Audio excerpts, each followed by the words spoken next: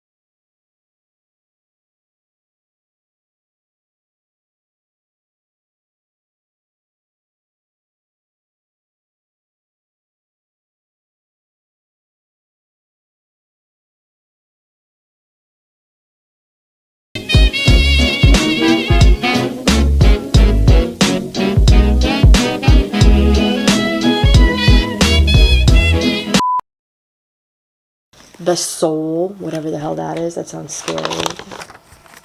Oh, here we go. PG-13. This is PG-13. A long time ago in 1910, there was a tiny girl named Salva. Salva liked to invent stuff. One day she invented a man. This man was very evil. Ooh. But he got along with Salva. One day, Salva treated him badly, so his eyes turned red, and he escaped from his cage. Salva got back, and everything was messy. Salva looked over and saw red, flashy eyes. Salva screamed and lost her. Lost her necklace. That night, Salva was missing. Later, in 2002, a nice family moved in Salva's house. Katie and her 19-year-old sister and her little brother were eating lunch with each other. While they were eating, they heard a knock at the closet door. The oldest held Katie's hand and opened up the closet door, and they saw old food with blood on it, and the oldest sister screamed. The mom and dad ran in and they said, "What's the problem?" Oh, and then at the top, I wrote, "Wish I was your lover." Alright, so this is like 9-year-old Kaylee here. Keep that in mind. The girl said there was food. The moms and dad said there is no food. All night, there were noises from the closets. The next morning, they walked to school. Katie looked up at her 19-year-old sister, Christy, and said, "Did you hear that?" Christy said, "No." The baby started to cry. Then they heard big booms. Christy walked faster to school. Katie looked back and started crying. "You dropped the baby!" Christy walked back and picked up the baby. The baby's eyes were shut. Then, there's the baby. There's a baby everywhere. Then they opened up his eyes. His eyes were glowing red. He said it will be okay to have some changes around. Christy screamed loudly.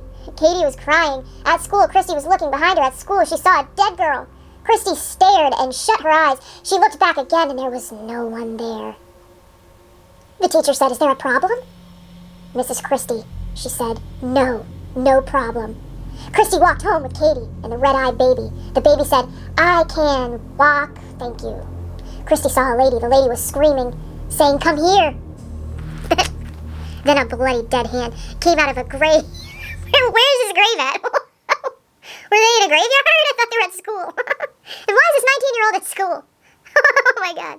Okay, anyway, out of a grave that said Salva Pranowski died in a house. Imagine going to a graveyard and there's a grave that says someone's name and then it says died in a house. It's not that funny, but it's pretty funny. Oh my god. Died in a house. Christy was very scared. When they got home, their mom put the scary baby to bed, and Christy, had a conference with her mom and dad and said, crying, the baby had red eyes and was talking like a grown man. Excuse me. The mom and dad did not believe her. Christy went down into the basement for the first time. She saw a big Martian, and she walked around and she saw an old doll necklace locket. She opened it up, and inside was a picture of a little girl, and her name was Salva Pranowski. The same girl on the grave that died in the house. She put the locket on and walked farther. She saw a very strong cage with a dead body in it. Christy ran upstairs, very scared. She told her mom to have a look at it. They went downstairs again. The mother saw a very thing. The mother said, oh my God. Some of these words are very difficult to read. Christy went upstairs. She saw a door, so she went into the door. There was lots of stairs, and she went up the stairs. When she got to the top, she heard, so you fawned me. Someone was thin with her. She saw at these dyed bodies. Then she saw bloody footprints. I was a really disturbed child. I feel like I just watched so much Stephen King when I was a kid, and clearly it rubbed off on me. Anyway, yeah. Leading to another door. She walked in and she saw that little girl in that locket. She said, I'll kill yo, Twiss. Christy ran down the stairs and she was lost. The girl was following here. Christy ran faster. She found her way to her parents. Her parents sighed. What's the matter? Christy did not answer. She looked up and saw the girl holding a knife. Christy looked at her parents and said she saw a girl holding a knife that had blood on it. Katie could not get to sleep. She shut her eyes and she heard scratch, scratch. Oh! And again and again and again. She opened her eyes and she saw the baby with those red fire eyes. He jumped on her and she screamed very loud. She pushed him and his eyes turned blue again and he started to cry. The mom and dad came in and grabbed him. Katie was crying. The dad sat on her bed on the shred. Oh, and said, what happened, Sweat Pea? Oh, Sweet Pea. She sighed, and I spelled sighed, S-I-E-D. The baby, he's had red eyes, she sighed. Daddy, if he didn't jump on me, how did I get this scratch on my face? Christy looked out of the window and she saw some kids playing ball. Christy's looked back at the floor. She heard, I'll kill you again. She looked and of the window, the kids were gone, and just as something jumped right by her, it was a dead kid. Christy screamed. All right, there's only 3 pages left. Christy saw something, a hand, come out of the drain. That was probably from it, man. That scarred me for life, pa. Christy ran into the bathroom, and she saw blood all over the bathroom. She ran outside. She saw purple flowers. She ran back inside to hear parrots, and she saw a blood splatter coming from upstairs. She saw the baby with red eyes holding that girl's hand, saying, I'll kill you. When Christy went to bed, she did not take her eyes off the closet door. The closet door opened up, and she heard again, I'll kill you. Then she felt someone put their hand on her back. Christy looked behind her. She saw that a girl, only dead, she was holding up Kai, trying to stop her. Christy shut her eyes, then opened them. She was gone. Then a big wind came. Christy got out of the bed. She walked to Katie's room and laid in bed with her. She saw a book on her table, so she picked it up and looked at it. There was newspapers in it. That side stuff about infant ship? I have no idea. No clue. She saw a picture of a man with the same eyes as the baby's eyes. Then she saw the girl, and it said Salva Pranowski died in a house. But no one knew who killed her. Christy heard music come on. We shall wish your lover. Probably that one, because I loved that jam back in the day. And the baby came in her room with underwear on, and he was dancing with those red eyes. And he fell down, and that man in the new paper came out as a soul. And Christy screamed. The mom and dad saw it for real. They jumped on Katie's bed, and Katie woke up and started to cry. She held her mom's hand, and they all hugged each other, and another big wind came, and everything was silent. And they thought it was over. But the girl walked in, and the red-eyed man walked in, and they went underground. The next morning, the doorbell rang, and everybody opened the door, and they saw a man with red eyes, and, DD, double Ds, a man wedding close next to him. was a little girl in a wedding outfit holding a knife with blood on it. The end. What the? I don't know why, but I keep thinking something's bound to go wrong.